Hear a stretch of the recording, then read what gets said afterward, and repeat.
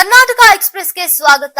ನಾನು ಲಾವಣ್. ಶಾಸಕರ ಪ್ರಶ್ನೆಗಳಿಗೆ ಉತ್ತರಿಸದ ಸಚಿವರು ಮತ್ತು ಅಧಿಕಾರಿಗಳ ವಿರುದ್ಧ ಕರ್ನಾಟಕ ವಿಧಾನಸಭೆ ಸ್ಪೀಕರ್ ಯುಟಿ ಖಾದರ್ ಅಸಮಾಧಾನಗೊಂಡು ಕಲಾಪವನ್ನ ಮುಂದೂಡಿದಂತಹ ಘಟನೆಗೀಗ ತಾರ್ಕಿಕ ಅಂತ್ಯ ಸಿಗುವಂತಹ ಲಕ್ಷಣಗಳು ಕಾಣ್ತಾ ಇವೆ. ಸ್ಪೀಕರ್ ಖಡಕ್ ಎಚ್ಚರಿಕೆಯ ಬೆನ್ನಲ್ಲೀಗ ಸರ್ಕಾರ ಎಚ್ಚೆತ್ತುಕೊಂಡಿದ್ದು ಇಲಾಖಾವಾರು ಲಿಖಿತ ಉತ್ತರಗಳನ್ನ ಸಲ್ಲಿಸೋಕೆ ಆರಂಭಿಸಿದೆ. ಮಂಗಳವಾರದ ಕಲಾಪದಲ್ಲಿ ಇಲಾಖಾವಾರು ಉತ್ತರಗಳ ಅಂಕಿ ಅಂಶಗಳನ್ನ ಪ್ರಸ್ತಾಪಿಸಿದಂತಹ ಸ್ಪೀಕರ್ ಯುಟಿ ಖಾದರ್ ಈಗ ಸ್ವಲ್ಪ ಸುಧಾರಣೆ ಕಂಡು ಬರ್ತಾ ಇದೆ ಅಂತ ಅಭಿಪ್ರಾಯವನ್ನ ಪಟ್ಟಿದ್ದಾರೆ. ಸೋಮವಾರದ ಕಲಾಪದಲ್ಲಿ 230 ಪ್ರಶ್ನೆಗಳ ಪೈಕಿ ಕೇವಲ 84ಕ್ಕೆ ಮಾತ್ರ ಉತ್ತರ ಬಂದಿತ್ತು. ಇದರಿಂದ ಬೇಸತ್ತಿದ್ದಂತಹ ಸ್ಪೀಕರ್ ಸಚಿವರು ಮತ್ತು ಕಾರ್ಯದರ್ಶಿಗಳು ಉತ್ತರಿಸುವವರೆಗೂ ಸದನವನ್ನ ನಡೆಸಲ್ಲ ಅಂತ ಸಭಾತ್ಯಾಗವನ್ನ ಮಾಡಿದ್ರು. ಈಗ ಈ ಬೆನ್ನಲ್ಲೇ ಇಂದು ಉತ್ತರಗಳ ಸಂಖ್ಯೆ ಏರಿಕೆಯಾಗಿದೆ. ಕಳೆದ 5 ದಿನಗಳಿಂದ ಕೇವಲ 10% 30% ಮಾತ್ರ ಉತ್ತರ ಬರ್ತಾ ಇತ್ತು. ಈಗ ಸ್ವಲ್ಪ ಸುಧಾರಿಸಿದೆ. ಶಾಸಕರು ಸಾರ್ವಜನಿಕರ ಹಿತದೃಷ್ಟಿಯಿಂದ ಕೇಳೋ ಪ್ರತಿಯೊಂದು ಪ್ರಶ್ನೆಗೂ ಸರ್ಕಾರ ಜವಾಬ್ದಾರಿಯುತವಾಗಿ ಉತ್ತರಿಸಬೇಕು ಅಂತ ಸ್ಪೀಕರ್ ಪುನರುಚ್ಚರಿಸುತ್ತಾರೆ. ಕಾಂಗ್ರೆಸ್ ಮುಖಂಡನಿಂದ ದಲಿತ ಕಾಂಗ್ರೆಸ್ ನಾಯಕಿ ಮೇಲೆ ಹಲ್ಲೆ ನಡೆಸಿರುವಂತಹ ಆರೋಪ ಕೇಳಿಬಂದಿದೆ. ಕಾಂಗ್ರೆಸ್ನ ದಲಿತ ಮಹಿಳಾ ನಾಯಕಿ ಮತ್ತು ಮಹಿಳಾ ಘಟಕದ ರಾಜ್ಯ ಕಾರ್ಯದರ್ಶಿ ಚೇತನ ಪ್ರಧಾನಿ ನರೇಂದ್ರ ಮೋದಿ ಅವರಿಗೆ ಇಮೇಲ್ ಮೂಲಕ ಪತ್ರವನ್ನ ಬರೆದು ವಿಶೇಷ ಮನವಿಯನ್ನ ಮಾಡಿದ್ದಾರೆ. ಕಳೆದ ಫೆಬ್ರವರಿ 28ರ ರಾತ್ರಿ ತಮ್ಮ ಮನೆಗೆ ನುಗ್ಗಿ ಕಾಂಗ್ರೆಸ್ ಮುಖಂಡ ರಾಹಿಲ್ ಶರೀಫ್ ಹಲ್ಲೆ ಮಾಡಿದ್ದಾರೆ ಅಂತ ಆರೋಪಿಸಿದ್ದಾರೆ. ಕಾಂಗ್ರೆಸ್ ಮುಖಂಡ ರಾಹಿಲ್ ವಿರುದ್ಧ ಸಮಗ್ರ ತನಿಖೆಯನ್ನ ನಡೆಸಿ ನ್ಯಾಯ ಕೊಡಿಸುವಂತೆ ಮತ್ತು ತಮಗೂ ತನ್ನ ಕುಟುಂಬಕ್ಕೂ ರಕ್ಷಣೆ ನೀಡುವಂತೆ ಕಾಂಗ್ರೆಸ್ನ ದಲಿತ ಮಹಿಳಾ ನಾಯಕಿ ಮನವಿಯನ್ನ ಮಾಡಿದ್ದಾರೆ. ಈ ಘಟನೆ ಚಿಕ್ಕಮಗಳೂರು ನಗರದ ಹೌಸಿಂಗ್ ಬೋರ್ಡ್ ಪ್ರದೇಶದಲ್ಲಿ ನಡೆದಿದೆ. ಚೇತನ ಅವರ ಮನೆಯನ್ನ ಬಾಡಿಗೆ ಪಡೆಸಿದಂತಹ ರಾಹಿಲ್ ಮನೆ ಖಾಲಿ ಮಾಡಿಸಿದ್ದಕ್ಕೆ ಕೋಪಗೊಂಡಿದ್ದಂತೆ ರಾತ್ರಿ ಮನೆಗೆ ನುಗ್ಗಿ ಚೇತನ ಮತ್ತು ಅವರ ಪತಿ ಮೇಲೆ ಹಲ್ಲೆಗೆ ಯತ್ನಿಸಿದಂತಹ ಆರೋಪ ಕೇಳಿಬಂದಿದೆ. ಈ ಘಟನೆಯಲ್ಲಿ ದಂಪತಿಗಳಿಗೆ ಗಾಯಗಳಾಗಿದ್ದು ತಕ್ಷಣ ಅವರು ಪೊಲೀಸರಿಗೆ ದೂರನ್ನ ನೀಡಿದ್ದು ನೇಪಾಳಕ್ಕೆ ತಪ್ಪಿಸಿಕೊಳ್ಳುವಂತಹ ಯೋಚನೆಯಲ್ಲಿದ್ದಂತಹ ಆತನನ್ನ ಪೊಲೀಸರು ಹಿಡಿದಿದ್ದಾರೆ. ಈಗ ಬಂಧನದ ನಂತರ ಯತಿ ನೋವು ಅಂತ ಹೇಳಿದ್ದು ಚಿಕ್ಕಮಗಳೂರಿನ ಮಲ್ಲೇಗೌಡ ಸರ್ಕಾರಿ ಆಸ್ಪತ್ರೆಗೆ ದಾಖಲಿಸಲಾಗಿದೆ. ಆಸ್ಪತ್ರೆಯಲ್ಲಿ ಅವರಿಗೆ ವಿಶೇಷ ರಕ್ಷಣೆಯನ್ನ ನೀಡಲಾಗ್ತಾ ಇದೆ ಅಂತ ಚೇತನ ಆರೋಪವನ್ನ ಮಾಡಿದ್ದಾರೆ. ಇನ್ನು ರಾಹಿಲ್ ಅವರ ಮೊಬೈಲ್ ನಲ್ಲಿ ಈಗ ಹಲವು ಹಿಂದೂ ಯುವತಿಯರ ಅಶ್ಲೀಲ ವಿಡಿಯೋಗಳು ಇವೆ ಅಂತೆ. ಹಲವು ಹಿಂದೂ ಹೆಣ್ಣು ಮಕ್ಕಳನ್ನ ಬಳಸಿಕೊಂಡು ಲವ್ ಜಿಹಾದ್ ನಡೆಸುವ ಯತ್ನವನ್ನ ಮಾಡಿದ್ದಾನಂತೆ. ಈಗ ಹಿಂದೂ ಹೆಣ್ಣು ಮಕ್ಕಳ ರಕ್ಷಣೆ ಮಾಡಬೇಕಿದೆ ಅಂತ ಅವರು ಮನವಿಯನ್ನ ಮಾಡಿದ್ದಾರೆ. ಇರಾನ್ ಹಾಗೂ ಇಸ್ರೇಲ್ ಅಮೆರಿಕ ನಡುವೆ ಉದ್ವಿಗ್ನತೆ ಹೆಚ್ಚಿದ್ದು ಇದರ ಎಫೆಕ್ಟ್ ಈಗ ಭಾರತಕ್ಕೂ ಕೂಡ ತಟ್ಟಿದೆ. ದೇಶದಲ್ಲಿ ಸಿಲಿಂಡರ್ ಅಭಾವ ಸೃಷ್ಟಿಯಾಗಿದ್ದು ಹೋಟೆಲ್ಗಳು ಬಾಗಿಲು ಮುಚ್ಚುತ್ತಾ ಇವೆ. ಮತ್ತೊಂದೆಡೆ ಆಟೋ ಚಾಲಕರು ಪರದಾಡ್ತಾ ಇದ್ದು ಕೈಗಾರಿಕೆಗಳು ಕೂಡ ಸಂಕಷ್ಟಕ್ಕೆ ಸಿಲುಕಿವೆ. ಇದರ ನಡುವೆ ಈಗ ಸಿಲಿಂಡರ್ ಪೂರೈಕೆಯಲ್ಲೂ ಕೂಡ ರಾಜ್ಯಕ್ಕೆ ಕೇಂದ್ರ ಅನ್ಯಾಯ ಮಾಡ್ತಾ ಇದೆ ಅನ್ನೋ ಆರೋಪ ಕೇಳಿಬಂದಿದೆ.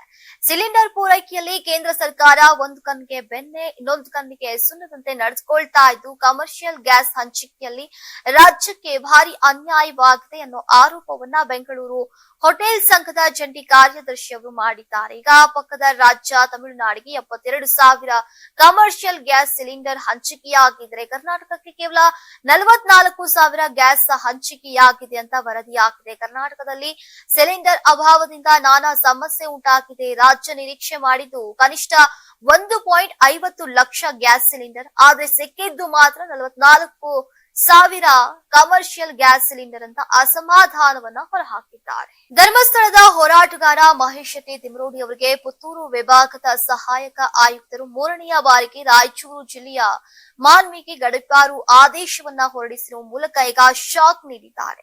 ಪುತ್ತೂರು ಸಹಾಯಕ ಆಯುಕ್ತೆ ಸ್ಟೆಲ್ಲಾ ವರ್ಗೀಸ್ ಅವರು ಈ ಮಹತ್ವದ ಆದೇಶವನ್ನ ಹೊರಡಿಸಿದ್ದಾರೆ. ಈ ಆದೇಶದನ್ವಯ ಈಗ ಮಹೇಶ್ ಶೆಟ್ಟಿ ತಿಮರೋಡಿ 2026ರ ಮಾರ್ಚ್ 16ರಿಂದ ಸೆಪ್ಟೆಂಬರ್ 19ರವರೆಗೆ ದಕ್ಷಿಣ ಕನ್ನಡ ಜಿಲ್ಲೆಯನ್ನ ಪ್ರವೇಶಿಸುವಂತಿಲ್ಲ. ಈ 6 ತಿಂಗಳ ಅವಧಿ ರಾಯಚೂರು ಜಿಲ್ಲೆಯ ಮಾನ್ವಿಯಲ್ಲಿ ನೆಲೆಸಬೇಕು ಅಂತ ಆದೇಶದಲ್ಲಿ ಸ್ಪಷ್ಟಪಡಿಸಲಾಗಿದೆ. ಇನ್ನು ತಿಮರೋಡಿ ಅವರಿಗೆ ಈ ಹಿಂದೆ 2ನೇ ಬಾರಿ ಗಡೀಪಾರು ಆದೇಶವನ್ನ ಹೊರಡಿಸಿದಾಗ ಅದನ್ನ ಪ್ರಶ್ನಿಸಿ ಹೈಕೋರ್ಟ್ ಮೆಟ್ಟಿಲೇರಿದ್ರು. ಈ ಅರ್ಜಿಯ ವಿಚಾರಣೆ ನಡೆಸಿದಂತಹ ನ್ಯಾಯಮೂರ್ತಿ ನಾಗಪ್ರಸನ್ನ ನೇತೃತ್ವದ ಏಕಸದಸ್ಯ ಪೀಠ ಆದೇಶವನ್ನ ಮರು ಪರಿಶೀಲಿಸುವಂತೆ ಪುತ್ತೂರು ಎಸಿಗೆ ಸೂಚಿಸಿತ್ತು. ಪ್ರತಿವಾದಗಳ ಆಕ್ಷೇಪಣೆಗಳನ್ನ ಆಲಿಸಿ ಈಗ ಕಾನೂನುಬದ್ಧವಾಗಿ ಹೊಸ ಆದೇಶ ಹೊರಡಿಸೋಕೆ 3 ವಾರಗಳ ಕಾಲಾವಕಾಶವನ್ನ ನೀಡಿತು. ಹೈಕೋರ್ಟ್ ನೀಡಿದಂತಹ ಗಡುವಿನ ಹಿನ್ನೆಲೆಯಲ್ಲೇ ಈಗ ಮರುಪರಿಶೀಲನೆಯನ್ನ ನಡೆಸಿ 3ನೇ ಬಾರಿ ಈ ಆದೇಶ ಹೊರಡಿಸಲಾಗಿದೆ. ಇನ್ನು ಮಹೇಶ್ ಶೆಟ್ಟಿ ತಿಮರೋಡಿ ಅವರ ಮೇಲೆ ಸಾರ್ವಜನಿಕ ಶಾಂತಿ ಭಂಗಕ್ಕೆ ಕಾರಣವಾಗುವಂತಹ ಪ್ರಚೋದನಾಕಾರಿ ಭಾಷಣಗಳು ಹಾಗೂ ವಿವಿಧ ಪೊಲೀಸ್ ಠಾಣೆಯಲ್ಲಿ ದಾಖಲಾಗಿರುವಂತಹ ಕ್ರಿಮಿನಲ್ ಪ್ರಕರಣಗಳ ಹಿನ್ನೆಲೆಯಲ್ಲಿ ಈ ಕ್ರಮವನ್ನ ಕೈಗೊಳ್ಳಲಾಗಿತ್ತು. ಯುಗಾದಿ ಹಬ್ಬಕ್ಕೆ ಕೋಲಾರ ಜಿಲ್ಲಾ ಹಾಲು ಉತ್ಪಾದಕರಿಗೆ ಕೋಮಲ್ ಬಿಗ್ ಗಿಫ್ಟ್ ಅನ್ನ ನೀಡಿದೆ. 1 ಲೀಟರ್ ಹಾಲಿಗೆ 2 ರೂಪಾಯಿಯನ್ನ ಹೆಚ್ಚಿಸಿದೆ. ಈ ಹಿಂದೆ ಹಾಲು ಉತ್ಪಾದಕರಿಗೆ ಲೀಟರ್ಗೆ 35.40 ರೂಪಾಯಿ ನೀಡಲಾಗ್ತಾ ಇತ್ತು. ಇದೀಗ ಪ್ರತಿ ಲೀಟರ್ಗೆ 37.40 ರೂಪಾಯಿ ನೀಡೋಕೆ ನಿರ್ಧರಿಸಲಾಗಿದೆ. ಜೊತೆಗೆ ಹಸಿರು ಮೇವು ಬೆಳೆಸುವಂತಹ ರೈತರಿಗೆ ಎಕರೆಗೆ 3,000 ರೂಪಾಯಿ ಪ್ರೋತ್ಸಾಹಧನ, ಹಸುಗಳಿಗೆ ವಿಮೆಯನ್ನ 70,000ದಿಂದ 80,000 ರೂಪಾಯಿಗೆ ಹೆಚ್ಚಳ ಮಾಡಲಾಗಿದೆ. ಹೀಗಂತ ಕೋಲಾರ ಜಿಲ್ಲಾ ಹಾಲು ಒಕ್ಕೂಟದ ಅಧ್ಯಕ್ಷ ಕೆವೈ ನಂಜೇಗೌಡ ಅವರು ಮಾಹಿತಿಯನ್ನ ನೀಡಿದ್ದಾರೆ. ಇನ್ನು ಪ್ರತಿ ಲೀಟರ್ ಹಾಲು ಉತ್ಪಾದಿಸೋಕೆ ಕನಿಷ್ಠ 50 ರೂಪಾಯಿ ವೆಚ್ಚವಾಗ್ತಾ ಇದೆ. ಇತ್ತೀಚೆಗೆ ಹಿಂಡಿ ಮತ್ತು ಬೂಸಾ ದರ ಕೂಡ 50 ಕೆಜಿ ಚೀಲಕ್ಕೆ 100 ರೂಪಾಯಿಗಳಷ್ಟು ಏರಿಕೆಯಾಗಿದ್ದು ಈಗ ರೈತರು ಪರದಾಡುವಂತಹ ಪರಿಸ್ಥಿತಿ ಎದುರಾಗಿದೆ. ಇನ್ನು ಕೆಲ ದಿನಗಳ ಹಿಂದಷ್ಟೇ ಈಗ ಅಮೂಲ್ ಕೂಡ 1 ಲೀಟರ್ ಹಾಲಿಗೆ 1 ರೂಪಾಯಿ ಪ್ರೋತ್ಸಾಹಧನವನ್ನ ಹೆಚ್ಚಿಸಿತ್ತು. ರಾಜ್ಯ ಪೊಲೀಸ್ ಇಲಾಖೆಯನ್ನ ಮುಜುಗರಕ್ಕೆ ಒಳಪಡಿಸುವಂತಹ ಮತ್ತೊಂದು ಪ್ರಕರಣ ಬೆಳಕಿಗೆ ಬಂದಿದೆ. ಮೂಡುಬಿದ್ರೆ ಠಾಣೆಯ ಇನ್ಸ್ಪೆಕ್ಟರ್ ಸಂದೇಶ್ ವಿರುದ್ಧ ಸಾಲು ಲೈಂಗಿಕ ಕಿರುಕುಳ ಹಾಗೂ ಸುಲಿಗೆಯ ಗಂಭೀರ ಆರೋಪಗಳು ಕೇಳಿಬಂದಿವೆ. ಮಾಧ್ಯಮದ ಮುಂದೆ ಸಂತ್ರಸ್ತೆ ಕೂಡ ಕೆಲ ಆರೋಪವನ್ನ ಮಾಡಿದ್ದಾರೆ. ಇನ್ಸ್ಪೆಕ್ಟರ್ನ ಕಿರುಕುಳದ ಬಗ್ಗೆ ಸಂತ್ರಸ್ತ ಮಹಿಳೆ ಎಂಚಿಂಚು ಮಾಹಿತಿಯನ್ನ ಬಿಚ್ಚಿಟ್ಟಿದ್ದು ಈಗ ರಾಜ್ಯ ಪೊಲೀಸ್ ಮಹಾನಿರ್ದೇಶಕರು, ಗೃಹ ಸಚಿವರು ಹಾಗೂ ಮುಖ್ಯಮಂತ್ರಿಗಳಿಗೂ ಕೂಡ ದೂರನ್ನ ನೀಡಿದ್ದಾರೆ. ಯಾವುದಾದ್ರೂ ಪ್ರಕರಣದಲ್ಲಿ ಗಂಡಂದಿರನ್ನ ಬಂಧಿಸಿದ್ರೆ ಅದನ್ನೇ ನೆಪ ಮಾಡಿಕೊಂಡು ಈಗ ಅವರ ಪತ್ನಿಯರಿಗೆ ಲೈಂಗಿಕ ಕಿರುಕುಳವನ್ನ ನೀಡ್ತಾ ಇದ್ದ ಎಂಬ ಆರೋಪ ಇನ್ಸ್ಪೆಕ್ಟರ್ ಸಂದೇಶ್ ಮೇಲಿದೆ. ಹಲವು ಮಹಿಳೆಯರಿಗೆ ಇದೇ ರೀತಿ ಕಿರುಕುಳವನ್ನ ನೀಡಿದ್ದಾನೆ ಅಂತ ಸಂತ್ರಸ್ತ ಮಹಿಳೆ ಆರೋಪವನ್ನ ಮಾಡಿದ್ದಾರೆ. ನಿನ್ನ ಗಂಡನಿಗೆ ತೊಂದರೆ ಆಗ್ಬಾರ್ದು ಅಂದ್ರೆ ನನ್ನ ಜೊತೆ ಮಲಗುವಂತ ಮಹಿಳೆಯರನ್ನ ಪೀಡಿಸ್ತಾ ಇದ್ದ, ರಾತ್ರಿ ವೇಳೆ ಮಹಿಳೆಯರ ಮನೆಯ ಗೇಟ್ ಹಾರಿ ಒಳನುಗ್ತಾ ಇದ್ದ ಅಂತ ಸಂತ್ರಸ್ತೆಯರು ಆರೋಪಿಸಿದ್ದಾರೆ. ಇನ್ನು ಇನ್ಸ್ಪೆಕ್ಟರ್ ಸಂದೇಶ ಸಹಕಾರ ನೀಡು ಅಂದಿದ್ದಾರೆ. ಅನಾಮಧೇಯ ವ್ಯಕ್ತಿಯ ಮೂಲಕ ಅಪ್ರೋಚ್ ಮಾಡೋಕೆ ಮುಂದಾಗಿತ್ತು. ಇನ್ನು ಗಂಡನನ್ನ ಬಿಡುಗಡೆ ಮಾಡೋಕೆ ನನ್ನ ಜೊತೆ ಮಲಗಬೇಕು ಅಥವಾ 25 ಲಕ್ಷ ರೂಪಾಯಿ ನೀಡಬೇಕು ಅಂತ ಇನ್ಸ್ಪೆಕ್ಟರ್ ಧಮಕಿ ಹಾಕಿದ್ರು. ಆದ್ರೆ ನಾವು ಅವರ ಮಾತನ್ನ ಕೇಳಿಲ್ಲ ಅಂತ ಸಂತ್ರಸ್ತೆ ಹೇಳ್ಕೊಂಡಿದ್ದಾರೆ. ಇನ್ನು ಪೋಸ್ಟಿಂಗ್ ಆಗಿ ಗೃಹ ಸಚಿವರಿಗೆ 50 ಲಕ್ಷವನ್ನ ನೀಡಿ ಬಂದಿದ್ದೇನೆ ಅಂತ ಅಹಂಕಾರದಿಂದ ಹೇಳ್ಕೊಂಡಿದ್ದಾನಂತೆ. ಎಷ್ಟೇ ಜಾಗೃತಿ ಕೆಲಸಗಳನ್ನ ಸಂಚಾರಿ ಪೊಲೀಸರು ಮಾಡಿದ್ರು ಕೂಡ ಕೆಲ ವಾಹನ ಸವಾರರು ಮಾತ್ರ ಎಚ್ಚೆತ್ತುಕೊಳ್ತಾ ಇಲ್ಲ. ಸಂಚಾರ ನಿಯಮಗಳನ್ನ ಉಲ್ಲಂಘಿಸಿ ವಾಹನಗಳ ಚಾಲನೆ ಹಲವರ ಅಭ್ಯಾಸವಾಗಿ ಹೋಗಿದೆ. ಪೊಲೀಸರ ಕೈಗೆ ಸಿಕ್ಕಿಬಿದ್ರೆ ಹೆಚ್ಚಂದ್ರೆ ದಂಡ ಹಾಕಬಹುದು ಎಂಬ ಉಡಾಫೆಯ ಮನಸ್ಥಿತಿಗೆ ಜನ ತಲುಪುತ್ತಿದ್ದಾರೆ. ಆದ್ರೆ ಚಿಕ್ಕಮಗಳೂರಿನಲ್ಲಿ ನಡೆದಂತಹ ಪ್ರಕರಣವೊಂದು ಅಂತವರಿಗೆ ಪಾಠವಾಗಿ ಬಂದಿದೆ. ಮದ್ಯಪಾನ ಮಾಡಿ ಬೈಕ್ ಚಾಲನೆ ಮಾಡಿದಂತಹ ವ್ಯಕ್ತಿಗೆ ನ್ಯಾಯಾಲಯ ಬಿಗ್ ಶಾಕ್ ಅನ್ನ ಕೊಟ್ಟಿದೆ. ಚಿಕ್ಕಮಗಳೂರು ಜಿಲ್ಲೆ ಕಡೂರು ತಾಲೂಕಿನ ಬೆಸಲೆಹಳ್ಳಿ ಗ್ರಾಮದ ರಂಜಿತ್ ಕುಮಾರ್ ವಿರುದ್ಧ ಮದ್ಯಪಾನ ಮಾಡಿ ಬೈಕ್ ಚಾಲನೆ ಮಾಡಿದಂತಹ ಕೇಸ್ ದಾಖಲಾಗಿತ್ತು. ಪ್ರಕರಣದ ವಿಚಾರಣೆ ವೇಳೆ ಕಡೂರು ಜೆಎಂಎಫ್ಸಿ ಕೋರ್ಟ್ ನಿರೀಕ್ಷೆಗೂ ಮೀರಿದ ಆದೇಶವನ್ನ ನೀಡಿದೆ. ಬೆಳಗ್ಗೆ 10 ಗಂಟೆಯಿಂದ ಸಂಜೆ 5 ಗಂಟೆಯವರೆಗೂ ಟ್ರಾಫಿಕ್ ರೂಲ್ಸ್ ಇರುವಂತಹ ಬೋರ್ಡ್ ಅನ್ನ ಹಿಡಿದು ರಸ್ತೆಯಲ್ಲಿ ನಿಲ್ಲಬೇಕು ಅಂತ ಸೂಚಿಸಿದೆ. ಹೀಗಾಗಿ ಮರವಂಚಿ ಸರ್ಕಲ್ ನಲ್ಲಿ ರಂಜಿತ್ ಬೋರ್ಡ್ ಅನ್ನ ಹಿಡಿದು ನಿಲ್ಲುವಂತಾಗಿತ್ತು. ನಾಳೆಯಿಂದ ರಾಜ್ಯಾದ್ಯಂತ ಎಸ್ಎಸ್ಎಲ್ಸಿ ಪರೀಕ್ಷೆ ಆರಂಭವಾಗಲಿದ್ದು ಒಟ್ಟು 2871 ಕೇಂದ್ರಗಳಲ್ಲಿ ಎಕ್ಸಾಮ್ ನಡೆಯಲಿದೆ. ಈ ವರ್ಷ 9,02,889 ವಿದ್ಯಾರ್ಥಿಗಳು ಪರೀಕ್ಷೆಗೆ ನೋಂದಣಿಯನ್ನ ಮಾಡಿಕೊಂಡಿದ್ದು ಆ ಪೈಕಿ 8,12,885 ಹೊಸಬರು ಪರೀಕ್ಷೆಯನ್ನ ಬರೆಯಲಿದ್ದಾರೆ. 62,845 ರಿಪೀಟರ್ಸ್ ಮತ್ತು 27,189 ಖಾಸಗಿ ಅಭ್ಯರ್ಥಿಗಳು ಪರೀಕ್ಷೆಯನ್ನ ತೆಗೆದುಕೊಂಡಿದ್ದಾರೆ. ಪ್ರಶ್ನೆ ಪತ್ರಿಕೆ ಸೋರಿಕೆ ಆತಂಕ ಹಿನ್ನೆಲೆಯಲ್ಲಿ ಈಗ ಶಿಕ್ಷಣ ಇಲಾಖೆ ಸಕಲ ಸಿದ್ಧತೆಯನ್ನ ಮಾಡಿಕೊಂಡಿದೆ. ಪರೀಕ್ಷಾ ಕೇಂದ್ರಗಳಿಗೆ ಸಂಬಂಧಿಸಿದಂತೆ ಮಾರ್ಗಸೂಚಿಯನ್ನ ಕೂಡ ಬಿಡುಗಡೆ ಮಾಡಲಾಗಿದೆ. ಈಗಾಗಲೇ ಬರ್ತಿರುವಂತಹ ಪೂರ್ವ ಸಿದ್ಧತಾ ಪರೀಕ್ಷೆಗಳು ಮಂಡಳಿಯಿಂದ ನೀಡಲಾದಂತಹ ಬ್ಲೂ ಪ್ರಿಂಟ್ ಮತ್ತು ಮಾದರಿ ಪ್ರಶ್ನೆ ಪತ್ರಿಕೆಗಳ ಮೇಲೆ ಹೆಚ್ಚು ಗಮನ ಹರಿಸುವಂತೆ ಈಗ ಸೂಚಿಸಿದೆ. ಪರೀಕ್ಷಾ ಕೇಂದ್ರಗಳಲ್ಲಿ ಸಿಬ್ಬಂದಿ ವಿದ್ಯಾರ್ಥಿಗಳಿಗೆ ಎಲೆಕ್ಟ್ರಾನಿಕ್ ವಸ್ತುಗಳ ಬಳಕೆ, ಅನಧಿಕೃತ ವ್ಯಕ್ತಿಗಳಿಂದ ಚಿತ್ರೀಕರಣ, ಸ್ಫೋಟಕ ವಸ್ತು ಇನ್ನಿತರ ಮಾರಕ ಆಯುಧಗಳನ್ನ ಇಟ್ಟುಕೊಳ್ಳುವುದಕ್ಕೆ ಸಂಪೂರ್ಣ ನಿಷೇಧವನ್ನ ಹೇರಲಾಗಿದೆ. ಇನ್ನು ಸಾಮಾಜಿಕ ಜಾಲತಾಣಗಳಲ್ಲಿ ಹರಡುವಂತಹ ಯಾವುದೇ ತಪ್ಪು ಮಾಹಿತಿ ಅಥವಾ ವದಂತಿಗಳಿಗೆ ಕಿವಿ ಕೊಡಬಾರದು.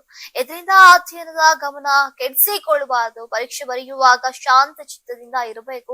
ಪ್ರತಿಯೊಂದು ಪ್ರಶ್ನೆಯನ್ನ ಒಂದು ಬಾರಿ ಓದಿ ಅರ್ಥವಾಗದೆ ಹೋದ್ರೆ ಮತ್ತೊಮ್ಮೆ ಓದಿ ಅಂತ ಶಿಕ್ಷಣ ಇಲಾಖೆ ಸಲಹೆಯನ್ನ ನೀಡಿದೆ. ಇನ್ನು ಎಸ್ಎಸ್ಎಲ್ಸಿ ವಿದ್ಯಾರ್ಥಿಗಳಿಗೆ ವಿಧಾನಸಭೆಯಲ್ಲಿ ಶುಭ ಹಾರೈಸಲಾಗಿದೆ. ಸಿಎಂ ಸಿದ್ದರಾಮಯ್ಯ, ವಿಪಕ್ಷ ನಾಯಕ ಅಶೋಕ್, ಶಿಕ್ಷಣ ಸಚಿವ Madhu Bangarappa all the best ಹೇಳಿದ್ದಾರೆ. ಹಸೆಮಣೆ ಏರಿ ಹೊಸ ಜೀವನ ಆರಂಭಿಸಬೇಕಿದ್ದಂತಹ ಯುವತಿಯೊಬ್ಬಳು ತನ್ನ ಬಾವಿ ಪತಿಯ ಕೈಯಲ್ಲೇ ಕ್ರೂರವಾಗಿ ಕೊಲೆಯಾಗಿರುವಂತಹ ಘಟನೆ ಬೆಂಗಳೂರಿನ ಡಿಜೆಹಳ್ಳಿ ಪೊಲೀಸ್ ಠಾಣಾ ವ್ಯಾಪ್ತಿಯಲ್ಲಿ ನಡೆದಿದೆ. ಕೊಲೆಯಾದಂತಹ ಯುವತಿಯನ್ನ 19 ವರ್ಷದ ಜೋಯಾ ಅಂತ ಗುರುತಿಸಲಾಗಿದೆ. ಈಕೆಗೆ ಇತ್ತೀಚೆಗಷ್ಟೇ 20 ವರ್ಷದ ಶಬೀಲ್ ಎಂಬಾತನೊಂದಿಗೆ ನಿಶ್ಚಿತಾರ್ಥ ಆಗಿತ್ತು. ಇಬ್ರು ಶೀಘ್ರದಲ್ಲೇ ಮದುವೆಯಾಗಬೇಕಿತ್ತು. ಆದ್ರೆ ಬೆಳಗ್ಗೆ 6 ಗಂಟೆಯ ಸುಮಾರಿಗೆ ಜೋಯಾಳನ್ನ ಡಿಜೆಹಳ್ಳಿಯ ಸಕ್ಕರೆ ಮಂಡಿ ಏರಿಯಾದಲ್ಲಿರುವಂತಹ ತನ್ನ ಕುಟುಂಬಕ್ಕೆ ಸೇರಿದ ಪಾಳು ಬಿದ್ದ ಮನೆಗೆ ಶಬೀಲ್ ಕರೆ ತಂದಿದ್ದಾನೆ. ಪಾಳು ಬಿದ್ದ ಮನೆಯಲ್ಲಿ ಇಬ್ಬರ ನಡುವೆ ಯಾವುದೋ ವಿಷಯಕ್ಕೆ ಜಗಳ ನಡೆದಿದೆ ಎನ್ನಲಾಗ್ತಾ ಇದೆ. ನೀವು ಈ ವೇಳೆ ಆಕ್ರೋಶಗೊಂಡಂತಹ ಶಬೀಲ್ ಕತ್ತು ಸೀಳಿ ಜೋಯಾಳನ್ನ ಕೊಲೆ ಮಾಡಿದ್ದಾನೆ. ಬಳಿಕ ಅಲ್ಲಿಂದ ಪರಾರಿಯಾಗಿದ್ದಾನೆ. ಆ ಪಾಳು ಬಿದ್ದ ಮನೆಗೆ ಆರೋಪಿ ಕುಟುಂಬಸ್ಥರು ಬಂದಾಗ ಯುವತಿ ರಕ್ತದ ಮಡುವಿನಲ್ಲಿ ಬಿದ್ದಿರೋದು ಕಂಡುಬಂದಿದೆ. ತಕ್ಷಣ ಪೊಲೀಸರಿಗೆ ಮಾಹಿತಿಯನ್ನ ನೀಡಿದ್ದಾರೆ. ವಿಷಯ ತಿಳಿತಾದಂತೆ ಡಿಜೆಹಳ್ಳಿ ಪೊಲೀಸರು ಸ್ಥಳಕ್ಕೆ ದೌಡಾಯಿಸಿ ಪರಿಶೀಲನೆಯನ್ನ ನಡೆಸಿದ್ದಾರೆ. ಸದ್ಯ ತಲೆಮರೆಸಿಕೊಂಡಿರುವಂತಹ ಆರೋಪಿ ಶಬೀಲ್ ಪತ್ತೆಗಾಗಿ ಪೊಲೀಸರು ವಿಶೇಷ ತಂಡವನ್ನ ರಚಿಸಿ ಬಲೆಯನ್ನು ಬೀಸಿದ್ದಾರೆ. ಡಿಜೆಹಳ್ಳಿ ಪೊಲೀಸ್ ಠಾಣೆಯಲ್ಲಿ ಪ್ರಕರಣ ದಾಖಲಾಗಿದೆ. ರೈಲ್ವೆ ಇಲಾಖೆಯ ಪದೋನ್ನತಿ ಪರೀಕ್ಷೆಯಲ್ಲೂ ಕೂಡ ಕನ್ನಡಕ್ಕೆ ಮಲತಾಯಿ ಧೋರಣೆ ಮಾಡಲಾಗಿದೆ. ಕೇವಲ ಹಿಂದಿ ಮತ್ತು ಇಂಗ್ಲಿಷ್ ನಲ್ಲಿ ಮಾತ್ರ ಪರೀಕ್ಷೆ ಬರೆಯೋಕೆ ಅವಕಾಶವನ್ನ ನೀಡಲಾಗಿತ್ತು. ಅದನ್ನ ಖಂಡಿಸಿ ಈಗ ರಾಜ್ಯದ ಹಲವೆಡೆ ಕರ್ನಾಟಕ ರಕ್ಷಣಾ ವೇದಿಕೆ ಸಂಘಟನೆ ಕಾರ್ಯಕರ್ತರು ರೈಲ್ವೆ ನೇಮಕಾತಿ ಕಚೇರಿಗೆ ಮುತ್ತಿಗೆ ಹಾಕಿತ್ತು. ಹೋರಾಟಕ್ಕೆ ಮಣಿದಂತಹ ಇಲಾಖೆ ಇಂದು ನಡೆಯಬೇಕಿದ್ದಂತಹ ಪರೀಕ್ಷೆಯನ್ನ ಮುಂದೂಡಿದೆ. ಈಗ ನೈಋತ್ಯ ರೈಲ್ವೆಯಲ್ಲಿರುವಂತಹ 194 ಗೂಡ್ಸ್ ಟ್ರೈನ್ ಮ್ಯಾನೇಜರ್ ಹುದ್ದೆ ಹಾಗೂ ಹುಬ್ಬಳ್ಳಿ ವಿಭಾಗದಲ್ಲಿ 101 ಲಿಮಿಟೆಡ್ ಡಿಪಾರ್ಟ್ಮೆಂಟಲ್ ಕಾಂಪಿಟೇಟಿವ್ ಎಕ್ಸಾಮಿನೇಷನ್ ಮುಂಬಡ್ತಿ ಹುದ್ದೆಗಳಿಗೆ ಈಗ 2025ರಲ್ಲಿ ಇಲಾಖೆ ಅಧಿಸೂಚನೆಯನ್ನ ಹೊರಡಿಸಿತ್ತು. ಆದ್ರೆ ರೈಲ್ವೆ ಇಲಾಖೆಯ ಈ ಪರೀಕ್ಷೆಯಲ್ಲಿ ಕನ್ನಡ ಭಾಷೆಗೆ ಅವಕಾಶ ಇರಲಿಲ್ಲ. ಇದಕ್ಕೆ ಕನ್ನಡ ಸಂಘಟನೆಗಳು ತೀವ್ರ ಆಕ್ರೋಶವನ್ನ ವ್ಯಕ್ತಪಡಿಸಿದ್ವು. ಬೆಂಗಳೂರಿನಲ್ಲೂ ಕರವೇ ರಾಜ್ಯಾಧ್ಯಕ್ಷರಾದಂತಹ ನಾರಾಯಣಗೌಡ ನೇತೃತ್ವದಲ್ಲಿ ಪ್ರತಿಭಟನೆ ನಡೆಸಿದ್ರು. ಮೈಸೂರು, ಹುಬ್ಬಳ್ಳಿ ಪರೀಕ್ಷಾ ಕೇಂದ್ರದ ಬಳಿಯೂ ಕೂಡ ಕರವೇ ಪ್ರತಿಭಟನೆಯನ್ನ ನಡೆಸಿದ್ದು. ಈಗ ಪ್ರತಿಭಟನೆಗೆ ಮಣಿದಂತಹ ನೈಋತ್ಯ ರೈಲ್ವೆ ಇಲಾಖೆ ಪದೋನ್ನತಿ ಪರೀಕ್ಷೆ ರದ್ದುಗೊಳಿಸುವುದಾಗಿ ಈಗ ಸ್ಪಷ್ಟನೆಯನ್ನ ನೀಡಿದೆ. ನೀವು ಸಣ್ಣ ಆಗ್ಬೇಕಲ್ವಾ? ಅದು ಒಂದು ಉತ್ತಮ ಆಹಾರದಿಂದ ಸಣ್ಣ ಆಗ್ಬೇಕಲ್ವಾ? ಪ್ರತಿದಿನ ನಮ್ಮ ಜೀನಿ ಸ್ಲಿಮ್ ನ ಯೂಸ್ ಮಾಡಿ ಯಾವುದೇ ಸೈಡ್ ಎಫೆಕ್ಟ್ ಇಲ್ದಂಗೆ ನೀವು ಸಣ್ಣ ಆಗ್ತೀರಾ.